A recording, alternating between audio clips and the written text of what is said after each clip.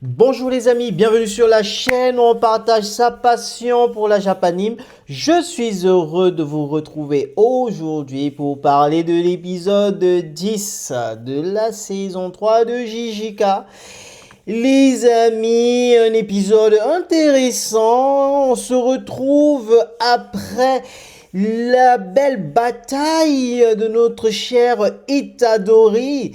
Oui, on laisse Itadori pour avancer dans l'aventure avec son copain, son camarade Megumi.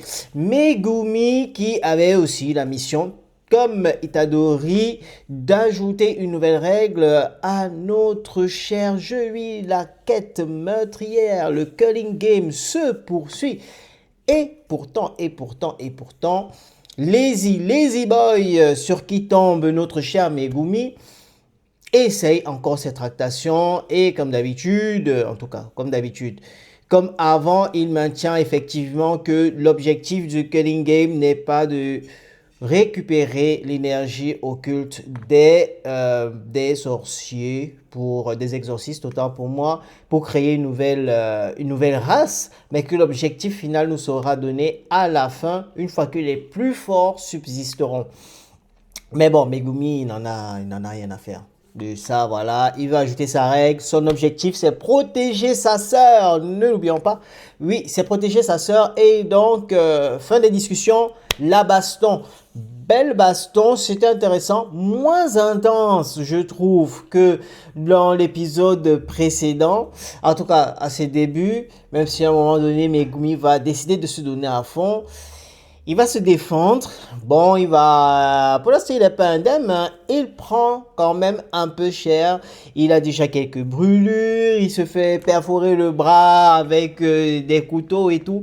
Mais bon, bref, dans sa bataille, il est rejoint par un nouveau personnage. Alors, l'accoutrement de ce personnage, c'est, je n'ai pas retenu son nom, c'est Takaba, je crois.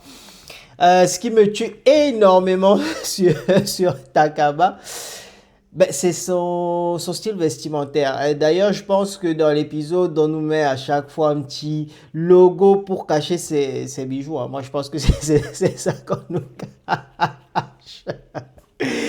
Parce que voilà, il est à moitié habillé et de l'autre côté, bah, il a rien. Bref, c'est le costume qui est censé faire rire. Mais bon, je sais pas si ça vous a fait rire, mais bon. Mais quand il arrive, en plus, il encaisse la dent explosive là, du pyromane. Il se la prend en pleine tronche. Et puis il essaye de nous faire quelques blagues pas du tout intéressantes. Et il a le petit jet de sang. Je trouve quand même que cette scène, elle est super longue.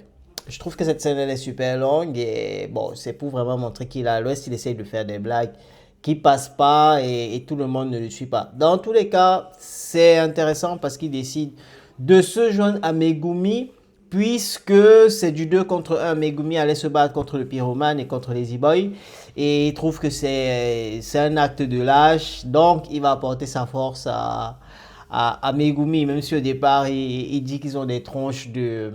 Il a utilisé quel mot là? Des têtes de méchants. Et quand il se tourne, il voit Megumi qui est blessé, enfin parce qu'il a une partie de la tête qui est brûlée. Toi aussi. Mais bon, bref, ce qui est intéressant sur ce nouveau personnage et qu'on nous laisse déjà transparaître dans cet épisode, c'est que celui-ci a une force occulte qui est grande et qui fluctue. On ne la ressent pas forcément, mais il a la capacité à un moment donné de la faire monter drastiquement haut. Et les e-boys le constatent, c'est ce qui permet de surprendre le pyromane et lui assène un magnifique coup de deux pieds. Et l'autre chien pyromane va aller pouf, se péter le corps dans une salle qui était derrière. Bref, dans une maison, je crois que c'est une maison. Enfin bref. La suite de l'épisode, c'est où chacun va avoir son combat. Notre cher Takaba contre notre pyromane, plus, et de l'autre côté, autant pour moi, Megumi et Lazy Boy. Alors Megumi qui disait justement à Lazy Boy que celui-ci devait s'enfuir parce que au départ Lazy Boy il comptait sur le fait que Megumi il voulait pas les tuer, donc comme il n'allait pas se donner à fond, alors que eux ils veulent se donner à fond, forcément c'est très déséquilibré. Et on l'a déjà vu dans d'autres animes. Et oui, et forcément, même dans la vie réelle, si on veut se battre, qu'on ne se donne pas à fond contre quelqu'un qui n'a rien à perdre et qui va se donner à fond, bon, bah, on part très très mal. En tout cas, ce qui est intéressant dans l'épisode, c'est que là maintenant, Megumi, vu que Itadori a rajouté la règle, bah, Megumi va se donner à 2000%. D'ailleurs, il a déjà tué un membre de l'équipe de Lazy Boy. Et là, il décide d'en découdre avec Lazy Boy, enfin, je dis Lazy Boy entièrement. Alors, c'est un combat d'usure, on nous le fait comprendre. Et voilà, les e-boys, alors il a plein, enfin, sa sorte de robe là qu'il a comme habit. En fait, celui, c'est des tickets de caisse.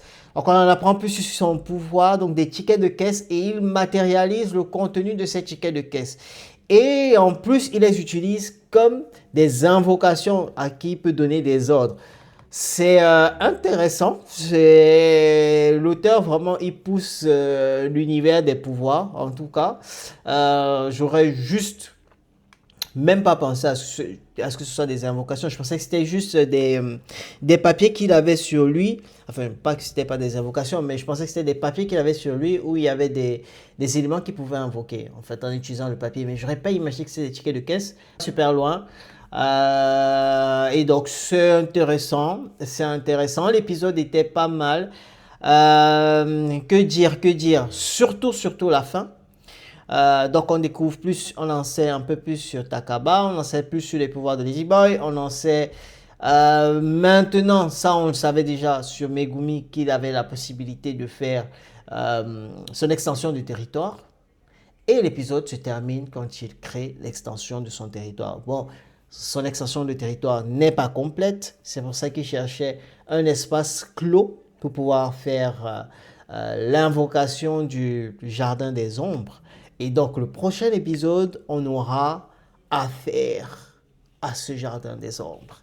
En tout cas, j'ai hâte de voir ce que ça va donner dans sa, je vais pas dire finalité, puisque il n'est pas complet son extension, elle n'est pas complète son extension du territoire, mais par contre, j'aimerais voir ce que ça va donner. En plus, les Iba, il va pas forcément se lâcher, parce que quand ils sont déjà dans le garage, c'est chaud quand même, hein. Les E-Boy prend le dessus, il fait vraiment des trucs officiels.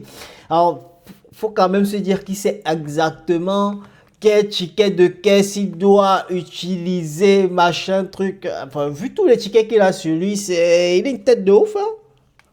Enfin, moi, je ne saurais pas tout ce qu'il y a sur les, parce qu'il ne doit pas les choisir au hasard, parce que là, ce serait trop facile. Là. Il a tout ce qu'il faut, comme il faut, au bon moment. Donc, c'est un mec quand même dont il faut se méfier. Donc, j'ai hâte de voir ce que ça va donner, parce qu'on a une mise en bouche des deux combats.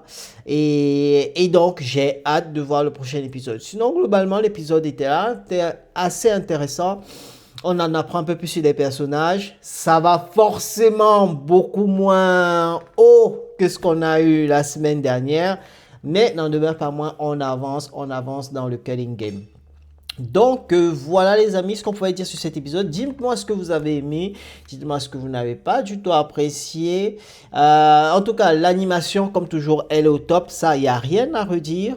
Qu'est-ce qu'on peut encore souligner? C'est que ouais, là, côté musique, rien à redire quoi. Tout est, en tout cas, le montage il est bien fait. Je trouve que la saison 3 elle est vraiment bien gérée. On a des moments faibles, on a des moments hauts. C'est pas mal aussi. On peut pas toujours on peut pas toujours être en haut. Ça nous permet aussi de récupérer notre souffle. Donc c'est pas mal et j'ai hâte de voir le prochain épisode.